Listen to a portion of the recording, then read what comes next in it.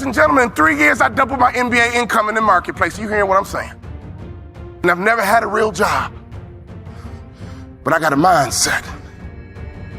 Lesson number 1. For you to get to that next level, here's what you need: information. You need to get information. No offense, I don't even watch TV. CNN don't pay my bills. Okay? Power don't pay my bills. I don't even watch TV. I might catch a sporting event, or don't get mad about a football game. I love to watch football. But I don't watch TV. Why? It's unproductive in my opinion. I get 24 hours a day just like Bill Gates. I get 24 hours a day just like Beyonce and Jay-Z. You get 24 hours a day, ladies and gentlemen. What do you do with your 24 hours?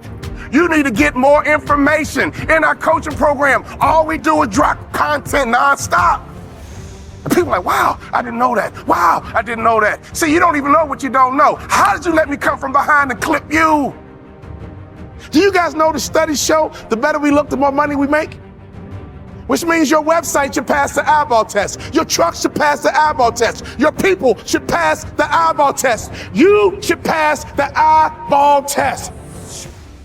Everybody in this room has a promised land somewhere, but you can't be stuck on the city you like. You got to hear God and go to your promised land. Your promised land might be Utah. Your promised land might be Minnesota. Your promised land might be Wyoming. Hear me clearly. You better use your money to get information and access, and you better be flexible, because a real shark is flexible. Can we stop fronting and get real about this thing? And if I can do it, you can do it. I knew nothing about life. I knew nothing about business, but I had the right mindset, and I learned it through sports. And y'all got to hear my story so you understand. I didn't even start on my college basketball team. I came off the bench. At the University of Minnesota, I came off the bench. But in my mind, you can bring me off the bench, but I'm an NBA ball player when you get through talking. When you get through, I'm an NBA ball player. And that's why I would walk around and say, you can't check me. You can't check me. You can't check me. If I was you, I would walk around every day and say, I'm a millionaire. I'm a millionaire. I declare it right now. I'm worth millions. I'm worth millions. I will receive my salary right now, but I won't accept it as my value. So whatever you receive right now, receive it, but don't you accept it as your value. Because there's more out here for you if you change your mindset.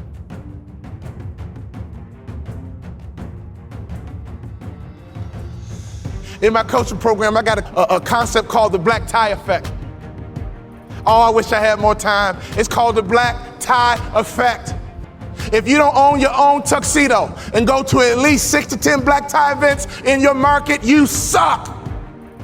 There's no better way for you to distinguish yourself as a top business leader in your area than to go to black tie events. I didn't say fundraiser. Black tie events attract the top businessmen in your area. And what happens at a black tie event? You sit at a table, and in America we ask 2 questions. What are those 2 questions? What is your name?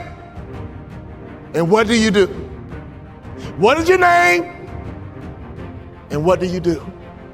What would happen in your local marketplace? You became known as a philanthropist. What would happen in your local marketplace? You were known as being charitable. What would happen in your local marketplace if all the other business owners who are highly successful not only know your company, but they know you personally? Can I ask you a question? How many black tie events do you go to? When I stopped playing basketball, I had no money coming in, and all I would do is go to black tie events and be around highly successful people. And I would sit at the table. They would ask me my name. And the second question, I was waiting for it. But what do you do? Well, I'm a former NBA player, but now I'm a motivational speaker. And at those black tie events, you know, they attract not only successful business people, they attract the good guys too. See, snake business guys who only care about money, they don't go to black tie events. People who go to black tie events care about their community. People who go to black tie events make a difference in their community. Let me tell you something. I noticed right away at the black tie events, these were the successful people that I wanted to know. And I began to build leverage. I began to build a brand by building relationships with the top business people in my community because I was willing to go to black tie events. There's nothing more important you can do, business owner, than to buy you a tuxedo and go to black tie events, because everybody in the building is going to ask you your name and they're going to ask you what you do. What would happen if your company became endeared to some charity in your community? Ladies, what better way is it to build the culture? Some of you wives, why don't you drive this? He's busy trying to make money. You drive the charity. You found an organization, and you make sure that your company is synonymous with some philanthropic area in the community. There's nothing better than changing a life. There's nothing better than blessing somebody who's less fortunate. I made a commitment of lifting the spirit of people who were trying to get to that next level. Start your business with charity. There's no better methodology than that. Never forget this. All great brands are built on passion. So before you build your brand, it's not about the color. It's not about the font. All great brands are built on passion. So can I ask you a question? What are you passionate about? See, if you're not passionate about anything, your marketing is going to be ho-hum as well. Does that make sense? You can't build a great brand without passion. Let's take a look at Nike. Phil Knight built Nike and the brand out of passion. He loves to run, and he couldn't find good running shoes. So he said, well, I'll just start a company and make some myself, because a good runner needs to have good shoes. He's built an international brand based on passion. If you want to be a millionaire, you got to think like $1 million person. You can't fake this thing. Y'all hear what I'm saying? You got to be legit in this game. You can't fake it to the NBA. You got to be able to ball out. You got to be able to hoop. You got to be legit. And in business, it's the same way. You got to be legit. So take your money and get some information in your head, and then take some money and get access. I got 3 kids, and this is why you got to get access, so you can make life easier for your kids. Well, ain't nobody do nothing for me. Oh, your mindset is jacked up. Ain't nobody do nothing for me, so I ain't gonna do nothing for my kids. You ain't thinking about your legacy.